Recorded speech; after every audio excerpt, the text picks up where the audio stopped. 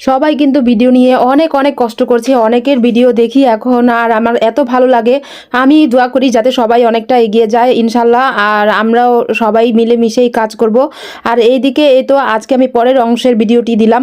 এত কষ্ট করে ভিডিও করি, আসলে সবাই অবশ্যই একটু আমার পেজে এসে আমার চ্যানেলে গিয়ে একটু লাইক কমেন্ট করে আসবেন। সবাই কিন্তু একটা ভুল করেন, সবাই এর লাইক না দিয়েই কমেন্ট করে বসে থাকেন। এটা কিন্তু ঠিক না, আসলে আগে লাইক করতে হয়, তারপর একটা রিয়েক্ট দিয়ে তারপর কমেন্ট করতে হয়। সবার পেজের জন্য এটা ভালো, সবার এঙ্গেজমেন্ট বাড়ে। তো যাই হোক, আজকে এই তো এইসব এদের খাওয়ানোর জন্যই আমি এই আয়োজনটি করেছি। কী জন্য করেছি অবশ্য সেটা বলা যাবে না, তারপরেও অবশ্য একটু একটু ভিডিও করার চেষ্টা করেছিলাম, যেহেতু গতকালকের ভিডিওতে পুরো ভিডিওটি অনেক বড় হয়ে গিয়েছিল।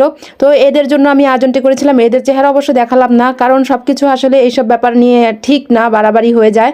তো যাই হোক, টুকটাক ভিডিও করলাম, কারণ আমরা প্রথম দিন কাজ করে অনেকটাই ক্লান্ত হয়ে গিয়েছিলাম, তাই আমি ভিডিওটা দুই ভাগে ভাগ করে আমি 2 দিন দিয়ে দিলাম।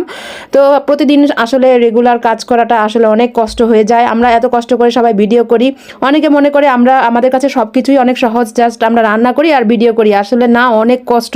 একটা ভিডিওর পিছনে কত যে পরিশ্রম করতে হয়, কাজ করতে হয়, সব কিছু রেডি করতে হয়, ভিডিও করতে হয়, ভিডিও এডিটিং করতে হয়, এডিটিং করতে গেলেও অনেক ঝামেলা হয়, অনেক কিছু প্রবলেম হয়, ভয়েস দিতে গেলে প্রবলেম হয়, অনেকের ক্ষেত্রেই জানি এরকম প্রবলেম হয়।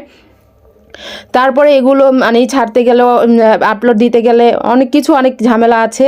তো যাই হোক, অনেকে মনে করে অনেক সহজ সব কিছু, যে আমরা জাস্ট ভিডিও করি আর ভিডিওটা আমরা ছেড়ে দিই। আসলেই না, সবাই অনেক পরিশ্রম করে। আর নতুন নতুন যারা চ্যানেল পেজ খুলে সবাই কিন্তু অনেক পরিশ্রম করে। তো এইদিকে এই তো সব কিছু শেষ করে আমরা এইদিকে আমাদের যে পাতিলটা, এটা ধুইতে হবে। এটা ধুইতে গিয়ে আসলে অনেক ঝামেলার ব্যাপার। আমার মা টুকটাক চেষ্টা করেছিল, তারপরও কেউ একজন এসে আবার হেল্প করেছিল আমাদের। আর আমার চুলাটা কিন্তু এটা আজকে অনেক দিন পর ধরিয়েছে, যেহেতু তারপর অনেক মানে অনেক লাকড়ি দেওয়া হয়েছিল, তাই একটু কালো দাগ পড়ে গিয়েছে। তাই এটা আবার লেপে দিচ্ছি চুলাটিতে, যাতে আমি আবার সুন্দর মতো রান্না করতে পারি, ভিডিও করতে পারি। সবার কাছে একটি ছোট অনুরোধ, আমার এই ভিডিওগুলো ভালো লাগলে অবশ্যই সবাই আমার চ্যানেলটিতে একটি সাবস্ক্রাইব করে আসবেন, আমার পেজটিতে একটি ফলো দিয়ে আসবেন।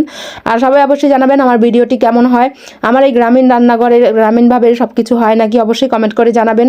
পুরো ভিডিওটি যারা দেখেন ওরা অনেক সুন্দর সুন্দর কমেন্ট করে, এত ভালো লাগে। আর কিছু কিছু আপুর কমেন্ট দেখে আমার অনেক ভালো লাগে, তারা সবসময় আমাকে সাপোর্ট করে। আর এদের আসলে অনুপ্রেরণা আমি অনেকটা এগিয়ে যাই, অনেক ভালো লাগে এই কমেন্টগুলো দেখলেও আমার খুশি লাগে। আর আমি এদিকে তো চুলা লেপে দিচ্ছি, অনেকদিন পরে চুলা লেপলাম এই ঠান্ডার মধ্যেও মাটি ধরে ধরে।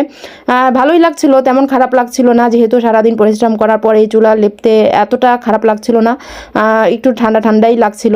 এই তো লেপা হয়ে গিয়েছে। এই তো আমার এই চুলাটি অনেকেই দেখেনি যে আমি রান্না করেছি। তো সবাই ভালো থাকবেন, সুস্থ থাকবেন, আর স্বপ্নের পথে পাশে থাকবেন, আমার জন্য দোয়া করবেন আমি যাতে অনেকটাই এগিয়ে যেতে পারি। আর এই তো আমি এখন নেক্সট রান্নার জন্য আমি প্রস্তুতি নিচ্ছি। সবাই ভালো থাকবেন, আল্লাহ হাফেজ।